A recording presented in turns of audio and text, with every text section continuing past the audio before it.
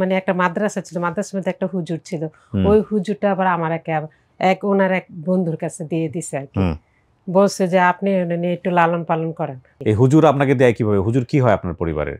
হুজুর কেউ না, মাদ্রাসায় পড়াইতো আর কি। বাবা কোথায় তখন আপনার? বাবার মানে তখন আমার বাবাকেও দেখি নাই।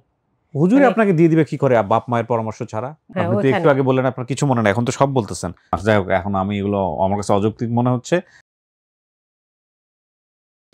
আসসালামু আলাইকুম প্রিয় দর্শক এবং শ্রোতা, আল্লাহ সর্বাবস্থায় আমাদের সবার মঙ্গল করুন সেই দোয়া সব সময়ের মতো। আপনারা দেখছেন আপন ঠিকানা, স্টুডিও অফ ক্রিয়েটিভ আর্টস লিমিটেডের সামাজিক যোগাযোগ মাধ্যমের জন্য নির্মিত অনুষ্ঠান। এই অনুষ্ঠানে পরিবার খোঁজার জন্য আপনি আমাদেরকে ফোন দিতে পারেন। আমাদের ফোন নাম্বার হচ্ছে 09639887777 এই নাম্বার। এছাড়া আমাদের মেইল অ্যাড্রেস রয়েছে sharemystory24@gmail.com। কি নাম আপনার? শাহানা। এটা কি বাপ মায় দিয়েছে নামটা? হ্যাঁ। আচ্ছা, তার নাম চেঞ্জ হয়নি আপনার? না, আচ্ছা। আপনার মায়ের নাম মনে নেই, আপনার বাবার নাম? আমার বাবার নাম গিয়াসউদ্দিন। গিয়াসউদ্দিন। মামা? ওর মামার নাম ইসমাইল। ইসমাইল। চাচার নাম মনে আছে দুজনের, নামগুলো বলেন। চাচার নাম হচ্ছে কাদির, আর এক চাচার নাম হচ্ছে শরীফ, আর এক চাচার নাম হচ্ছে পায়েস। পায়েস? হ্যাঁ, পায়েস। তাহের কার নাম তাহলে? তাহের আমার চাচার নামে। অনেক চাচা তাহলে আপনার। কাদের, তাহের, পায়েস। হ্যাঁ। আরেকজনের নাম কি? আরেকজনের নাম হচ্ছে শরীফ। শরীফ। আর আপনার বাড়ি? জায়গার নাম হচ্ছে নরসিংদী। আচ্ছা, ওখান থেকে আমি হারায় যাই আর কি। নরসিংদী থেকে হারিয়েছেন? হ্যাঁ। কি হয়েছে গল্পটা বলেন তো, একদম প্রথম থেকে বলেন গল্পটা। আমার মা তো ছোটবেলায় খুব মারা গেছে, আমার ঠিক তেমন একটা মনে নাই। বাবা বেঁচে ছিল। মা মারা যাওয়ার পরে বাবা আরেকটা বিয়ে করার পরে আমার কপালে অশান্তি আসার। তো ওখানে নরসিংদী এক জায়গায় মানে একটা মাদ্রাসা ছিল, মাদ্রাসার মধ্যে একটা হুজুর ছিল। ওই হুজুরটা আবার আমার ওনার এক বন্ধুর কাছে দিয়ে দিছে আর কি। বলছে যে আপনি একটু লালন পালন করেন। আর হুজুর আর কাকারাই আমারে দিয়ে দিছে আর কি। এই হুজুর আপনাকে দেয় কিভাবে? হুজুর কি হয় আপনার পরিবারের? হুজুর কেউ না, মাদ্রাসায় পড়াইতো আর কি।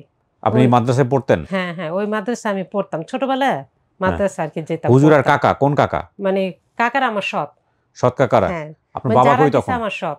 বাবা কোথায় তখন আপনার? বাবার মানে তখন আমার বাবাকেও দেখি নাই। হুজুরে আপনাকে দিয়ে দিবে কি করে বাপ মায়ের পরামর্শ ছাড়া? মা তো ছিলই না।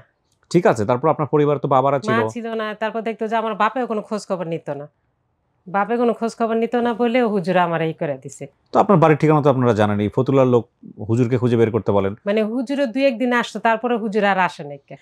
আমার বাড়ি হচ্ছে নরসিংদী হতে মনোহরদি থেকে মানে 5 মাইল মানে রাস্তার পরে ওই যে সিলেটের রাস্তা, ওখান থেকে আর পরে সৈয়দনগর একটা গ্রাম, ওখান থেকে আমি হারায় যাই।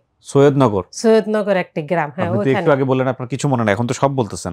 গ্রামের নাম সৈয়দনগর? হ্যাঁ, গ্রামের নাম নরসিংদীর মনোহরদি সৈয়দনগর। হ্যাঁ।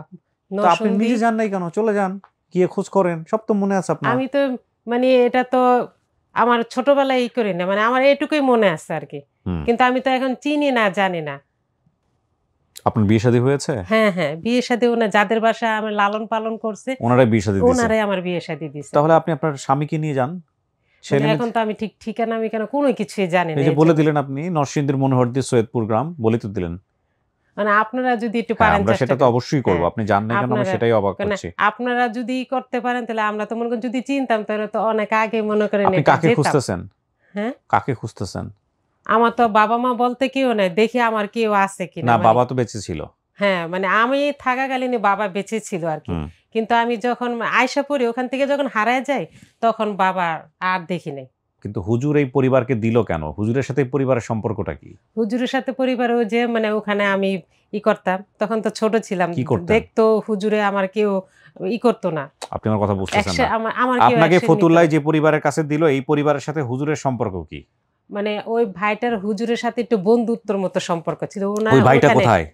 ওই ভাইটা এখন তো বয়স হয়েছে, এখন উনি অসুস্থ, ঘরে পড়ে রয়েছে। আচ্ছা, যাই হোক, এখন আমি এগুলো আমার কাছে অযৌক্তিক মনে হচ্ছে, কিন্তু উনি খুঁজতে আসছে, আমরা চেষ্টা করবো। এখন এই পরিবারটা বের হলে ওনারা কতটুকু কি বলবেন সেটাও কথা। অনেক সময় দেখা যায় অনেকে এখানে এসে কিন্তু অনেক মিথ্যা কথা বলে। কিন্তু এখানে একটা কথা বলে রাখি, সামাজিক যোগাযোগ মাধ্যমে যেখানে এটা একটা বাজারের মতো প্ল্যাটফর্ম, এখানে যদি কোনো দিন আপনারা কোনো চিন্তা করেন, শুধু আমার প্ল্যাটফর্ম না, যে কোনো জায়গা থেকে যদি চিন্তা করেন যে আপনি কোনো কিছু গোপন করে বা কোনো কিছু ফেব্রিকেটেড করে কোনো ইনফরমেশনকে আপনি সত্যের জায়গায় মিথ্যা বানিয়ে প্রচার করবেন এবং এটা সুবিধা নেবেন, এটা একদম ডাহা বোকামো। আপনারা জানেন আপন ঠিকানার এরকম একটা ঘটনা কিন্তু ঘটেছিল।